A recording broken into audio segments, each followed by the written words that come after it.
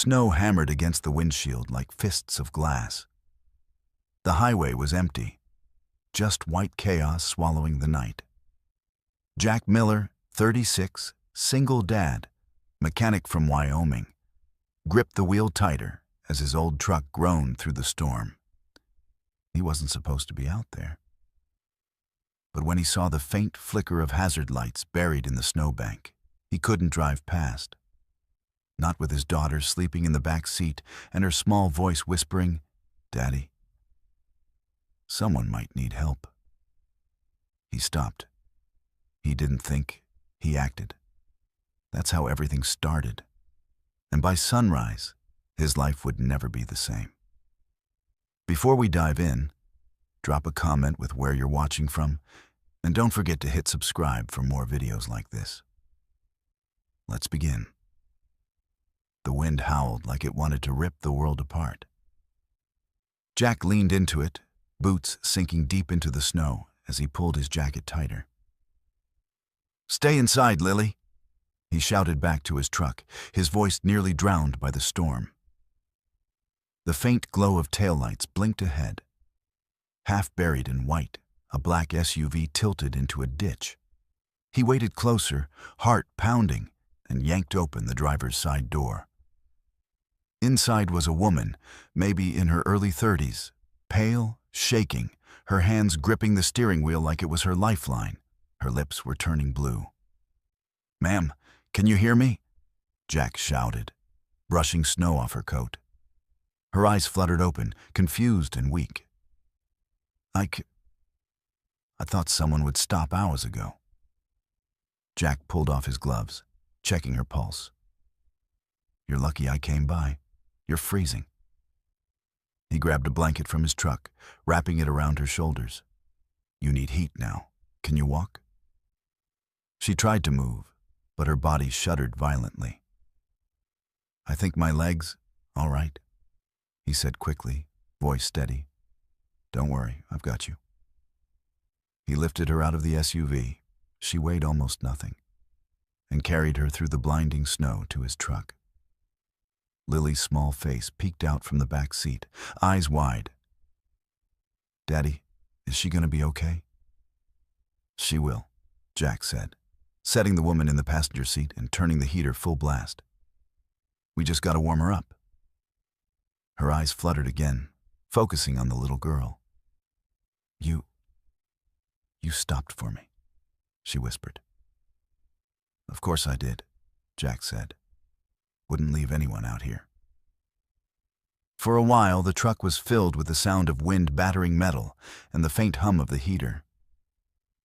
The woman's breathing slowed, her trembling easing. Jack kept glancing over, making sure she didn't fade out. "Name's Jack," he said quietly. "And this little one's Lily." The woman hesitated, then gave a faint smile. "I'm Claire." Her voice cracked as she whispered it. "Thank you, Jack. I thought I was going to die out there." He shrugged, brushing melted snow from his beard. Wouldn't let that happen. As minutes passed, color returned to her cheeks. Jack noticed the tailored coat, the diamond earrings, small details that didn't belong to someone used to being stranded on a frozen road. But he didn't ask. Not yet. When she could finally move her fingers again, he handed her a thermos of coffee. "Here, drink. It's not much, but it's hot." She took a sip and winced. "You're too kind. Most people wouldn't stop." Jack gave a short laugh. "Most people forget what it's like to be human." Her gaze lingered on him, as if she wanted to say something. But the storm outside roared too loud for words. By the time the blizzard thinned to a steady snowfall, Jack had managed to tow her SUV out of the ditch using his truck's winch. The vehicle's front bumper was cracked, but it still looked drivable. "Town's still 15 miles ahead," he said. "You shouldn't drive alone. Roads are slick and half the signs are buried. Follow me, I'll take you somewhere warm." Claire hesitated. "You've already done too much." I can't ask. You didn't ask, Jack said simply, turning toward his truck. Come on. She stared at him for a moment, then nodded, whispering something under her breath that sounded a lot like thank you. When they reached town, Jack led her to a small roadside diner. It was nearly empty, just the smell of coffee and fried eggs filling the space. Lily ran inside ahead of them, shaking snow from her boots. Jack helped Claire to a booth near the window. The waitress, an older woman with silver hair, looked up in surprise. Jack Miller, you out there in that storm again? Couldn't just drive past, Jack said. She was stuck. The waitress smiled knowingly. Of course you didn't. Coffee's on the house, sweetheart, she told Claire kindly. Claire blinked, as though kindness was something she hadn't seen in a long time. You're all very kind. Jack chuckled. Small town. We don't have much, but we share what we've got. As Lily colored on a napkin beside them, Claire finally seemed to relax. She kept glancing at the little girl, smiling faintly whenever Lily giggled. So, Jack, she said softly, you do this often? Saving strangers in the snow? Not often, he said with a modest grin. But I've been a mechanic for 12 years. Guess I've got a thing for fixing what's broken. She nodded, staring down at her cup. I used to believe that too. Jack raised a brow. Used to? Claire looked out the frosted window, her voice distant. People change. Life hardens them. Sometimes. It's easier not to stop. He watched her for a long moment, not judging, just understanding. Maybe, he said. But maybe stopping's the only thing that keeps us from losing ourselves completely. That line hung between them like warm breath in the cold. For a moment, she didn't look like a stranger. She looked like someone who'd forgotten how to trust the world. After breakfast, Jack offered to drop her off at the local inn. She hesitated before stepping out of the truck. Jack, thank you. For saving me, and for reminding me people like you still exist. He smiled faintly. Take care of yourself, Claire. World's cold enough already. She paused, eyes glistening. I owe you. You don't owe me anything, he said. Just pay it forward. Then he drove off, never expecting to see her again. But the next morning, when Jack walked into his repair shop and saw a black SUV parked outside, freshly cleaned, company plates gleaming, he froze. A woman in a sharp navy suit stepped out, heels clicking on the concrete floor. Her hair was perfectly tied back now, her presence commanding. Morning, Jack said, wiping his hands on a rag. You need a tune-up? She smiled, the same smile from the blizzard. Only now it carried power. Actually, she said, extending her hand, I'm Claire Reynolds, CEO of Silverline Industries. Jack's heart nearly stopped. You're the CEO? Yes, she said softly. And you're the man who saved my life. I believe we have some unfinished business. Her tone was calm, but her eyes said more: gratitude, curiosity, maybe even something deeper. And that's when Jack realized the storm hadn't really ended. It had just moved indoors.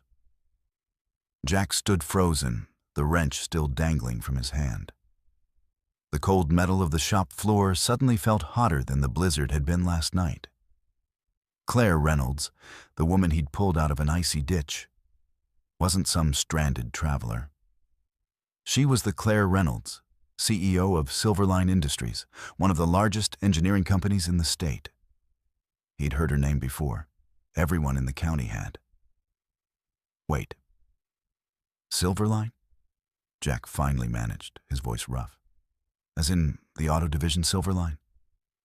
She nodded with a small, knowing smile. That's right. The one you've been subcontracting for. Jack blinked, lowering the wrench. You're my boss's boss." Claire laughed softly, the sound bright but restrained. Looks like fate has a sense of humor. She stepped closer, heels clicking, her perfume faint but expensive. She didn't look like the half-frozen woman from last night. She looked untouchable again. But her eyes? Those stayed human. "I stopped by to thank you properly," she said. "Last night, you could have driven past. You risked your life to help a stranger." Jack rubbed the back of his neck. "Would have hated myself if I hadn't." Claire studied him for a moment. "Do you always put others first like that?" Jack shrugged. "Guess it's just how I was raised. My little girl's watching everything I do.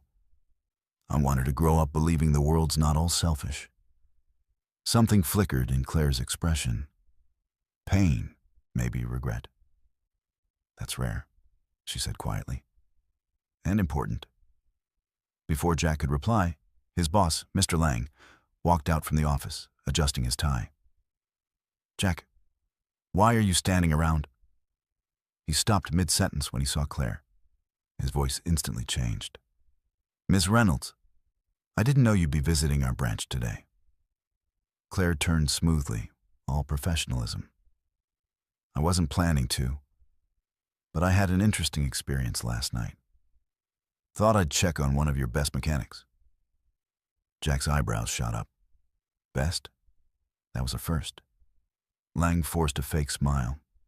"Of course, Jack's good with engines, but he's had attendance issues.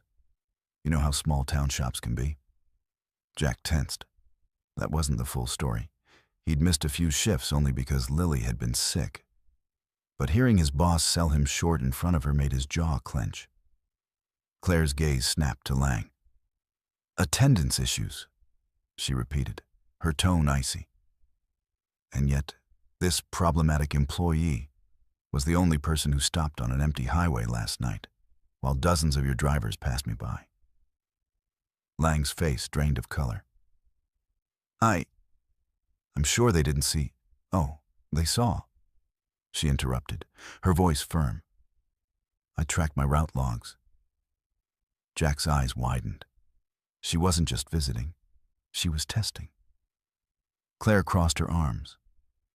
"Mr. Lang, I want to make something very clear. Any man who's capable of that kind of decency deserves better than excuses." She turned to Jack. "You said you've been a mechanic 12 years?" "Yes, ma'am," Jack said quietly. "Started right out of high school. I mostly fix old pickups, but I know Silverline engines inside out." Her eyes gleamed, intrigued. "Then I'll make this simple. I need someone in our main division who understands the machinery the way you do. Someone who actually listens to it instead of just reading diagnostics." Jack frowned. "You mean at your HQ?" She nodded. "Full-time. Benefits, relocation, better pay. You'd be working directly under me." Lang's jaw dropped. "Ms. Reynolds, with all due respect, he's not qualified for that kind of role." Claire's voice was calm, but sharp. "He's qualified where it matters. Compassion and grit. I can teach the rest." Lang opened his mouth again, but one look from her silenced him. Jack stared at her, still processing. "You're serious?" "Very." He swallowed. "I've got my daughter, Lily. School, routines. We don't really move around much." Claire's expression softened. "I understand that. I grew up with a single parent too. Sometimes stability isn't about staying still. It's about showing them what they're capable of." Her words hit him harder than he expected. She wasn't saying it like a CEO. She was saying it like someone who knew. Jack looked down, running a hand over his calloused palm. "You don't have to do this. You already thanked me." She tilted her head. "Maybe I don't. But maybe kindness deserves to ripple further than a single night." He met her gaze. "What's the catch?" Her lips curved slightly. "No catch. unless you count showing up on time." That pulled a laugh out of him. Quiet, genuine. For a moment, the tension in the room lifted. Even Lang awkwardly stepped back, pretending to check paperwork. Claire handed Jack her business card. "Think about it. If you say yes, we'll make arrangements by Monday. Either way, you've earned my respect, and that's not something I give easily." Jack took the card carefully, like it was something fragile. "Thank you, Ms. Reynolds." She smiled.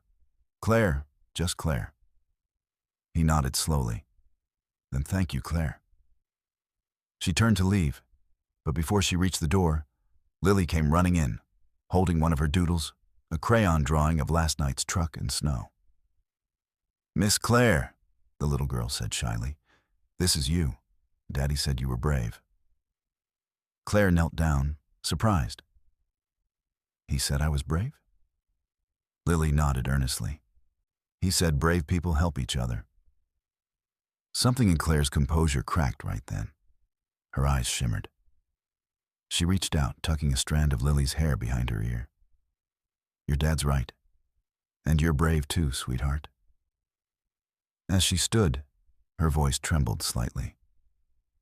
"Jack, tell your daughter she reminded me of something I'd forgotten." He frowned gently. "What's that?" Claire smiled faintly. "That real strength doesn't wear a suit." And with that, she walked out, leaving snowflakes trailing from her coat and a silence heavier than the storm itself. Jack looked down at the card again, her company logo embossed in silver. Beneath her name was a handwritten note. For saving a stranger and reminding her who she used to be. That night, as Lily fell asleep beside him, Jack stared out the window at the falling snow. His life had always been about survival. Paychecks, broken trucks, quiet nights. But now, for the first time in years, it felt like something was about to change. He didn't know if he'd accept her offer, but one thing was certain. He'd never forget the look in Claire's eyes when she said thank you. Because sometimes, the people you rescue in a storm end up saving you right back. By Monday morning, Jack stood outside Silverline Industries, heart pounding. The massive glass building shimmered in the winter sun, a world away from his small-town shop. He almost turned back twice, but Lily's voice echoed in his head. "Daddy, you said brave people help each other." He walked inside. Claire was waiting near the elevators, dressed sharply but smiling softer than before. "You came?" she said, sounding almost relieved. Jack exhaled.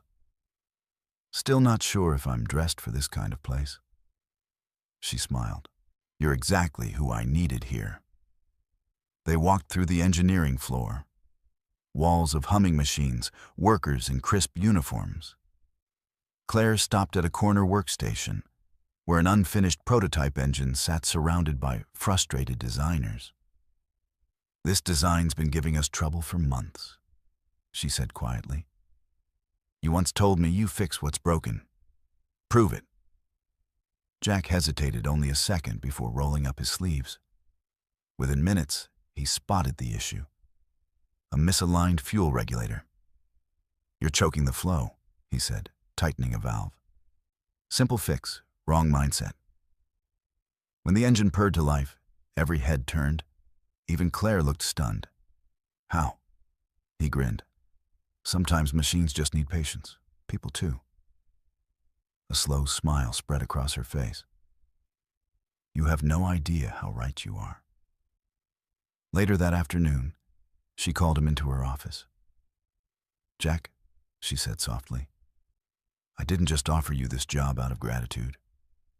I needed someone who still believes in decency. This company, somewhere along the line, we lost that." He frowned slightly. "You mean, lost kindness?" She nodded. "And purpose. You reminded me both still exist." She looked down for a moment, then added, When I was stranded in that blizzard, I wasn't just freezing. I was burned out, surrounded by people who'd work for me, but none who cared. You did. Jack didn't know what to say. I just did what anyone should. Exactly, she said. That's why you're staying. Head of field mechanics. You'll rebuild this department. In your way. He blinked. You're serious? Completely. Silence stretched, warm and full. Then he smiled, that quiet, genuine kind of smile that changes a room. Guess that storm really did blow something good my way. She laughed softly. No, Jack, you were the calm in it.